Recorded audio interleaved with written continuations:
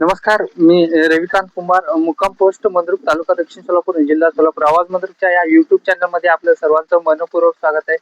तर मागील 3-4 दिवसापासून महाराष्ट्रात पावसाने अत्यंत मोठ्या प्रमाणात पावसाने धुमाकूळ घातलेला आहे. तर आणखीन ही पुढील 72 तास महाराष्ट्रात कोकण, पश्चिम महाराष्ट्र, नाशिक विभाग, अमरावती विभाग आणि नागपूर विभाग या पट्ट्यामध्ये काही भागात अति मुसळधार पाऊस होऊ शकतो असा एक सॅटेलाइट कडून अंदाज आहे.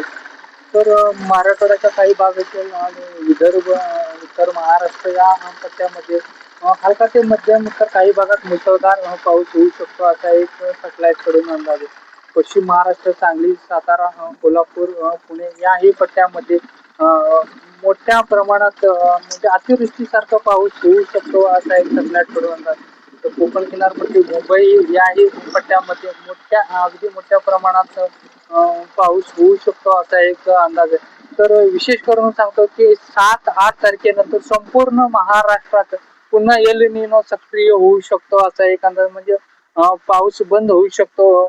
संपूर्ण महाराष्ट्रात थोडस कोकण किनारपट्टी हलका ते मध्यम पाऊस राहू शकतो. तर इतरत्र संपूर्ण एल निनोचा प्रभाव पाहायला मिळू शकतो.